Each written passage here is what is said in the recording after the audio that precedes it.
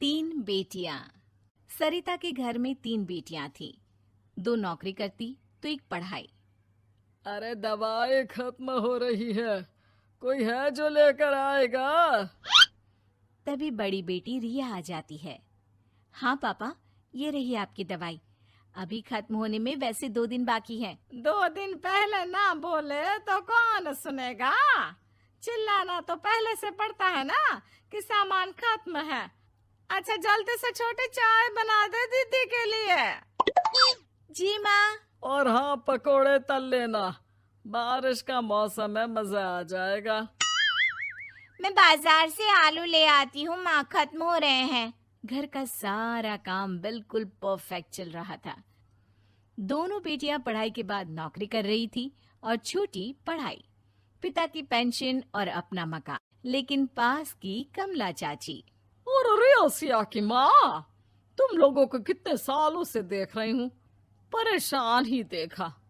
भगवान एक बेटा दे देता तो। अब किसी जन्म का कर्म खराब रहा होगा चाची, जो लड़का नहीं हुआ। वैसे काश एक लड़का हो जाता। पास छोटी बैठकर पढ़ रही थी। वो माँ की बात सुनकर किताब बंद कर देती है और खिड़की में खड़ी हो जाती है। खिड़की के बाहर रवि, जो कि पास ही में रहता है। अरे छुटकी, क्या सारा दिन किताब में नजर गड़ाई रहती है?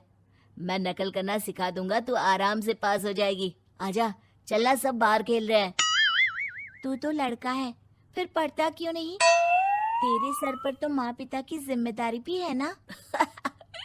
कैसी बात कर रही है यार? जिम्मेदारी मेरी नहीं, पिता की है। पिता की क्या जिम्मेदारी, बता। देख, माता पिता लड़की की शादी के लिए पैसा जमा करते हैं, उसकी शादी कराते हैं, उसे पढ़ाते भी है ना? हाँ, वो तो सभी माता पिता करते हैं। क्या लड़की की शादी नहीं करते?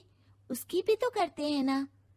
हाँ करते हैं, लेकिन क्यों, कैसे? सुन, वो लड़के को पढ़ाते हैं इसलिए कि वो बुढ़ापे का सहारा बनेगा। शादी करते हैं कि उसकी बीवी आकर घर संभालेगी। लेकिन बेटियों के लिए कोई स्वार्थ होता है? नहीं ना। तभी तो पैदा होते ही मुंह बन जाता है। अब तू सोच, तू किसी के घर जाए और वो तुझे देखकर मुंह बना ले तो कैसा लगेगा? वो तो पागल होते हैं। बेटियां जीवन भर माँ बाप के लिए सोच ले, लेकिन फिर भी वो उसे अपना नहीं मानते। बेटे दिन रात निखट्टू बने रहे, लेकिन उम्मीद उन लोगों से फिर भी बहुत होती है ना? चल छोड़ना, तू ये बता कि किस जिम्मेदारी की बात कर रहा था तू पिता की? अरे यही कि अगर बेटे को बुढ़ापे का सहारा और रिटर्न के रूप में देख रहे हैं तो इन्वेस्ट भी तो अच्छा करना चाहिए ना। छुटकी समझ जाती है कि समाज की सोच क्या है और चाहे जो हो जाए उसे किताब बंद नहीं करनी। तभी वहाँ बड़ी बेटी आ जाती है। माँ, अरे ओ माँ, ये ले मिठाई खा ले। क्या हो गया? लड़का पसंद आ गया क्या कोई? भाई ऐसा हो तो मिठाई ना ही खिला, चली जाएगी तो घर कैसे चलेगा? अरे लड़की को क्या जीवन भर बिठाने का इरादा है? तू बता बेटी, किस चीज की मिठाई खिला रही है, क्या हो गया? अरे पापा, आपको पता है ना, जिस डॉक्टर के अंडर में मैं काम कर रही थी, उन लोगों ने मेरे काम को देखते हुए मेरी स्कॉलरशिप पास करवा दी है। अब अस्पताल में ही क्लास चला करेगी, आगे की पढ़ाई भी और पैसे की कमाई भी। ये तो अच्छी बात है। तू पढ़ जाएगी तो छोटे को भी अपनी राह लगा लेना। बाकी मजली तो वैसे ही ऑलराउंडर है। तीनों बेटियों के बाद भी उन लोगों के घर किसी चीज की कमी नहीं थी। पापा, ये लीजिए कार की चाबी, मैंने आपके लिए कार ली है। अब आप कहीं भी जाएं तो अपनी कार से जाइएगा। अरे क्या जरूरत थी? जितना खर्च करोगी दहेज मांगने वालों के मुंह भी उतने ही खुल जाएंगे। तो हम दीदी की शादी ऐसे घर में करेंगे ही नहीं जहाँ शादी के लिए पैसे मांगने की जरूरत हो। अरे जो खुद खड़ा नहीं होगा वो हम लोगों के कंधे में क्यों शादी करेगा? क्यों पापा? अरे शादी में तो दहेज मैंने भी लिया था, तो क्या मैं तेरी माँ के कंधे पर हूँ? खुद की पेंशन है, बेटियां कमा रही हैं, मजे हैं। बस एक मलाल है कि बेटा नहीं हुआ। पापा, जब आपने बोला कि मजे हैं, मैं तभी समझ गई थी कि अगली लाइन में आप यही बोलेंगे कि मलाल है।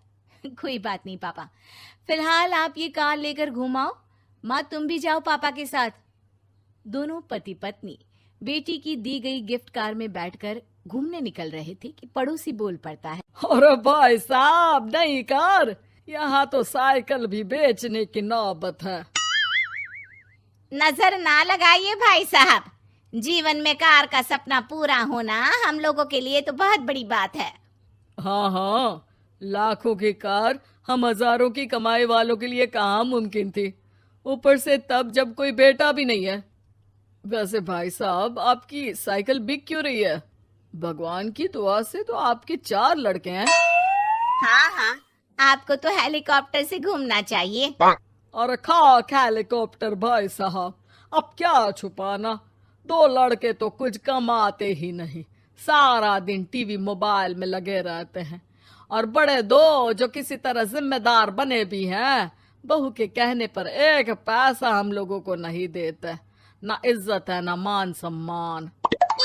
हाँ भाई साहब, भाभी बता रही थी, बहू के होते हुए भी नौकरानी की तरह सारा दिन लगी रहती है घर के कामों में। आप किस्मत वाले हैं भाई साहब, जो बेटियां घर के साथ साथ बाहर का काम भी पूरी जिम्मेदारी से संभाल रही हैं। हाँ वो तो है, लेकिन कब तक?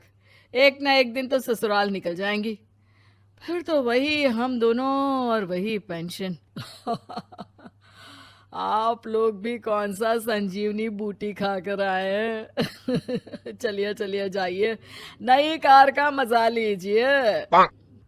अच्छा ऐसा करते हैं, मेरी बहन के घर चलते हैं, काफी वक्त हो गया है मिले। दोनों बहन के घर जाते हैं, जहाँ उसकी बहन और उसका पति बैठकर चाय पी रहे होते हैं।